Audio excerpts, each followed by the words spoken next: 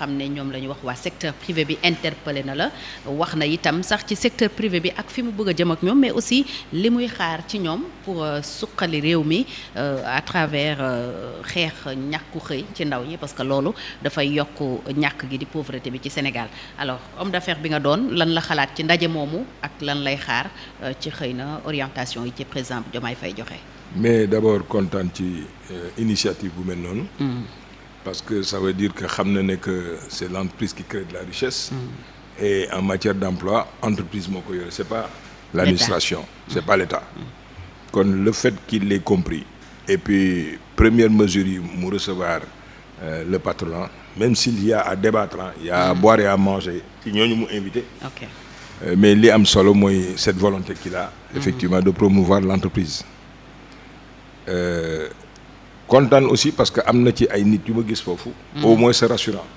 Serigne Mboup il a créé des emplois yàgg na ci am na expertise am na lu mu ci wax le président de la République doit l'écouter mais li ma jaaxal mooy bari na ci ñoo xam ne tey ñi ngi fi depuis 50 ans te dara changé wul c'est à se demander même s'ils sont des opérateurs économiques kon aussi bu mu jum ci cible yi tey li am solo et je pense que am nañu tey ñoo xam ne prouvé nañu à souhait ku mel ni ay ñoom Mabouba l'actuel ministre de l'agriculture Mabouba Diagne ak d'autres personnes wane nañu effectivement les ruptures gisuma fi tey Sedima gisuma fekk ñeneen donc il y a des gens qui créent des emplois di ci def ay jéego yu rëy yoo xam ne su doon suma sago xëy na ñu ngi dooru ñëw laaj na mu laajte def ay informations wut ay enquêtes pour ñu wax ko quel est le patronat le plus représentatif ak les hommes les plus crédibles pour que ñu mën a porter loolu su loolu passé c'est important que mu mette au cœur de l'activité économique entreprise bi ci kaw lan dafa am ay préalables parce que ñëpp donte am nañu ay diplômes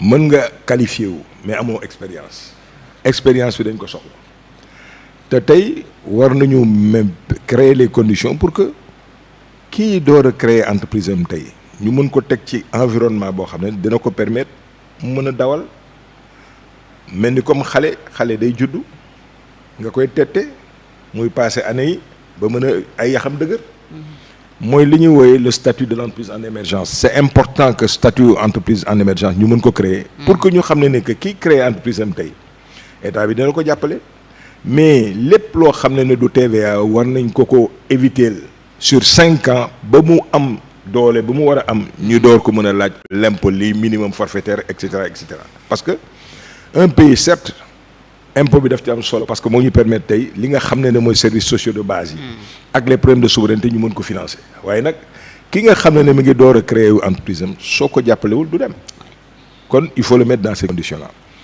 sur aujourd'hui le financement de l'entreprise ngan di problème la moo tax may wax ne ku dul sëriñ bu foofu ak Goudiaby Atepa mënoo wax tey ci entreprise parce que confronté wuloo aux réalités ñun yi ñu dund Covid bi dafay yàq tey le tissu industriel du Sénégal képp ko am unité industrielle képp ko am entreprise depuis Covid bi da ngay sooxe parce que amul sax volonté au niveau des banques xëy na aussi parce que amuñu woon ay dirigeants yoo xam ne waroon nañu tàppe ci table bi pour que banque centrale revoir say conditionnalités de crédit xoolal tey pour que nga am yenn financement yi soo joxewul ay hypothèque ay garantie de 100% pour nga am financement bu c'est tout un problème da nga leen di andil aujourd'hui des lettres de confort de l'État du Sénégal ñu bañ ko jël. Et ça c'est depuis le Covid. Mais depuis le Covid. Okay. C'est davantage depuis le Covid et ensuite les incidents qui se sont passés par la suite. xeex yu mbedd yi mais li mu yàq yàlla xam ni mu toll. mais aujourd'hui dama bëgg nga xam leen ne Fatou presque 70 à 80% des entreprises sénégalaises yu bénéficié wul d'exonération nekk dans le secteur minier et cetera connaissent aujourd'hui des difficultés incommensurables te amuñu benn banque bu leen accompagner la fi nekkoon kës néew ñu am ko ci ay facilités Covid bi lekk na ko parce que Covid bi le fait de tëj ñëpp ci seen biir kër consommation amatul woon nit yi liggéeyatuñu woon te am na ay emploi yoo xam ne soo demul ca usine ba def ko foofu mënul sotti kay liggéey ci nouvelle technologie de la moo mën a toog këram télétravail mais am na yeneen structure yoo xam ne loolu moo ko mën a régler malheureusement l'ancien régime defu ci ay jéego yu ñu war a wax. pourtant président Macky Sall waxoon na jël na ay mesures ba am yu bari yoo xam ne jàppoon nañ ne lijjanti na ko. Serigne boobu ngi fi keneen ngi fi man gisuma ci entreprise sénégalaise ay mesures d'accompagnement lenn la ñu defoon de on nous a reporté yenn échéances yi de 3 mois ensuite beneen 3 mois. mu 6 mois te da ngeen koy fay. te dañ ko fay. ok donc man gisuma ci les taux d'intérêt sont toujours prohibitifs aujourd'hui pour ñu escompter le benn effet mais di nga toog 60 jours pour ñu escompter le benn effet ana tey les mesures d'accompagnement ci diggante boobu c'est des entreprises qui ont 40 50 70 employés tous les mois ñu fay leen ci ban base kon ces mesures d'accompagnement yi ñuy xaar aujourd'hui que l'État du Sénégal puisse le faire mooy des mesures d'accompagnement yoo xam ne dañ ko fi teg durablement mën a lëg bët mais c'est dommage et il faut qu'on en parle.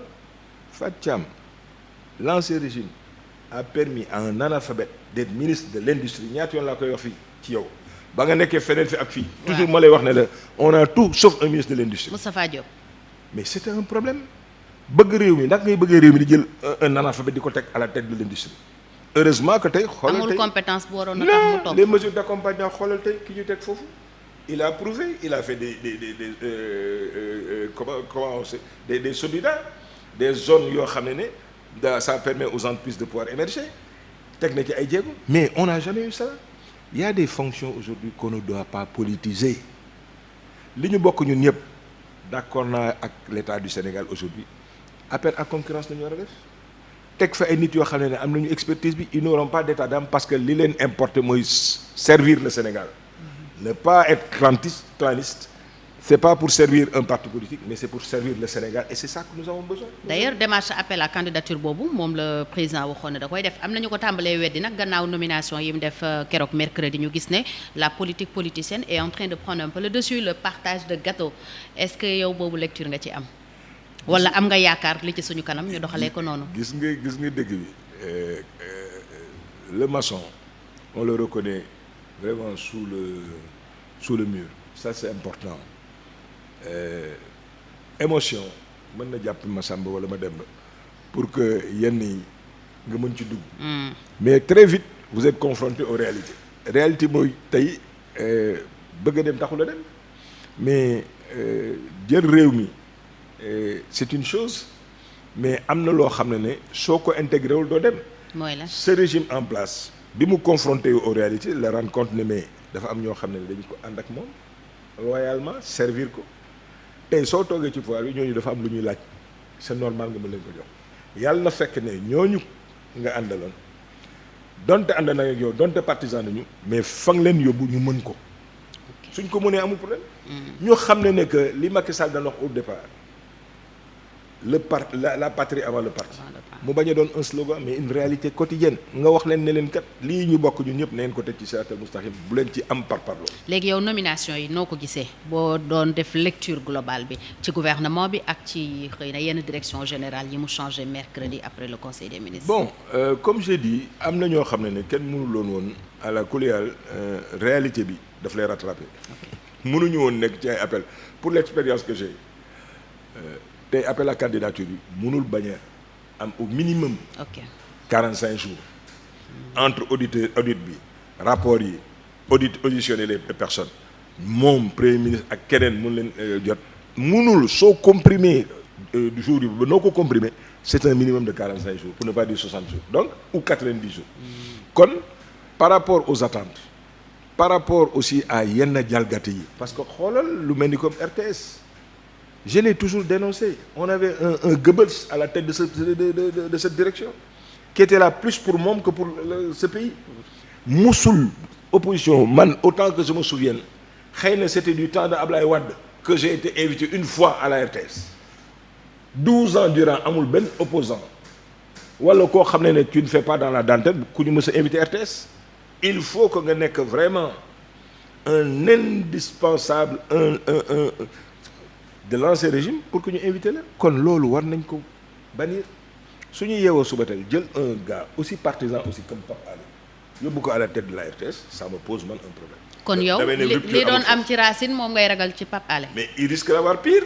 ah oui parce que c'était un partisan ku ëmbal sa sànq nag ëmbal sa sutura kon foofu dama doon xaar man réellement appel à candidature nañu ko bëggee def ci yenn direction centrale yi les impôts les régies financières mais ak yenn postures yi ARTP et cetera mais la may xaar ci foofu appel à candidature loolu la mënoon xaar man ci li nga xam ne ñun ñëpp ko bokk. RTS. mais le fait d'amener là-bas quelqu'un d'aussi tendancieux et partisan que Pape Ali ça me pose un problème mais ailleurs il y a eu des gens malgré que c'est des partisans mais au moins am nañu un vécu par rapport à foofu ka ñu yóbbu caisse des dépôts il paraît qu'il travaille à la caisse des dépôts. il était chef de département. am na keneen ku ñu yóbbu xaw ma fan APIX il paraît que xamoon na fa dara. je préfère ñu jël ñooñu parce que au moins ils étaient là-bas. que dem di wuti keneen ci bitim réew. muy ñëw il faut que mu apprendre le job et cetera. mais ça prend du temps. tout ça daal c'est pour dire une chose évitons parce que dañu bëgg rek au pouvoir yenn propos yi parce que ça nous rattrape et heureusement que tey vaar yi daf fi nekk. man depuis démb barki démb on m'envoie des choses incroyables. Je vois monsieur Sonko premier ministre. mais tenir un discours boo xam ne aujourd'hui c'est diamétralement opposé aux réalités que nous vivons mais c'est confronté aux réalités qui se rendent compte que mais àdduna nii lay demee. réew mi ñu ñoo ko bokk. est-ce que boobu gis-gis tam nga am ci xëy na ni ñuy demee ci kër kilifa diine yi alors que bi ñu nekkee dans l'opposition dañ doon wax ne ñoom wegguñu kilifa diine yi joxuñu leen cër et que même suñu accéder au pouvoir xëy na ñooñu gëdd gi ñu leen doon jox ci réew mi dootuñu leen ko jox tey président Bassirou Diomaye Faye gis nañu acte yi mu posé dem na Touba jóge fa dem Tivaouane démb mi ngi woon mosquée omarienne fa la jullee jóge fa dem seeti l'archevêque de Dakar monseigneur Benjamin Ndiaye da nga jàpp ne foofu tam ils sont confrontés aux réalités du pouvoir moo tax ñoo doxalee noonu. Mais je te dis, mais la politique, c'est une réalité que l'on vit au quotidien. C'est une pratique. Mais je suis rassuré aussi par rapport aux actes qu'il est en train de poser. Coup dal la. Ok. Dama yàgg di wax ne tekk dafa doy istixaar. Il rassure quelque part. Ku day ni woon, je suis très exigeant. Mais sa posture aujourd'hui me rassure. Okay. Il est rassurant. Sur la forme, sur la prestance. Ça, c'est important. Maintenant, ça, c'est sur la forme. Maintenant, sur le contenu, on lui donne quand même 100 jours. Moi, dans mon dégoulot, je suis en immigration. C'est un minimum aujourd'hui de lui donner 100 jours pour me dire concrètement quelles sont les mesures. Ils nous ont vendu un projet. Dans la réalité, aujourd'hui, j'ai comme l'impression que le projet existait tout. Le projet est en 2025. Mise en œuvre, parce qu'il faut nous évaluer les dépenses. Non, ça veut dire que c'était de la politique politicienne. Mais reconnaissons une chose. Celui qui portait ce projet-là, Ousmane Sonko, même si je ne suis pas d'accord avec sa manière de gérer, ça lui a permis aujourd'hui d'imposer son gars au pouvoir. En si peu de temps, ils ont parvenu aujourd'hui à être le premier parti au Sénégal. Magnifique. Même si on peut contester effectivement la démarche et comment est-ce qu'ils sont accédés au pouvoir. Mais oui, parce que man gawuma woon logique boobu. C'est une logique guerrière. Va-t-en guerre, pyromane. Il y a aujourd'hui au Sénégal ñaari catégorie des patriotes et des non-patriotes. Man kan moo ma gën a patriote. Personne n'a le monopole du cœur. Parce que nous, on agit, on vit au quotidien le Sénégal. Lu ñu am mu neex mu naqari fii lañ ko amee. kon ñun bokkuñu ci war a ñim di xalaat feneen kon réew mi dafa soxla stabilité sur la forme ça me posait un problème mais aujourd'hui confrontés aux réalités du pouvoir ils se rendront compte que yëf yi du wax rek réalité bi dafa am parce que tey le Sénégal sur 10 Sénégalais les 8 analphabètes nañ jànguñu moo tax ils sont à l'émotion moo tax nga doon gis ñu wax kii sama sëriñ la sama cheikh sama lii di saaga di nget les forces maraboutiques mais ils se rendent compte que Sénégal benn la kenn mënu ko toj marabu yooyu dañu fi sociologiquement culturellement dañu bokk ci suñu Sénégal. kon loolu bañ ko daan def ak di ko wax ñàkk peut-être xam dëgg-dëgg li nekk ci. mais loolu rek réew mi moo ko waral. Il y a un dicton français qui dit qu'à 20 ans quand on n'est pas révolutionnaire c'est parce qu'on n'a pas de cœur.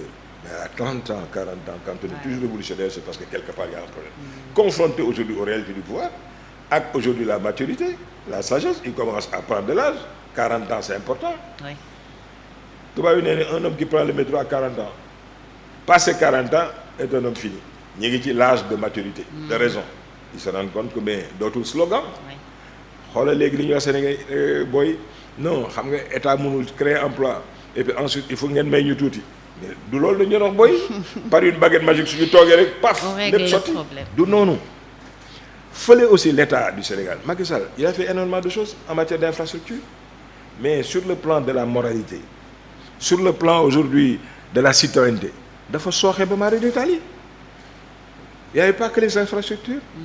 Il fallait un plan Sénégal éducation.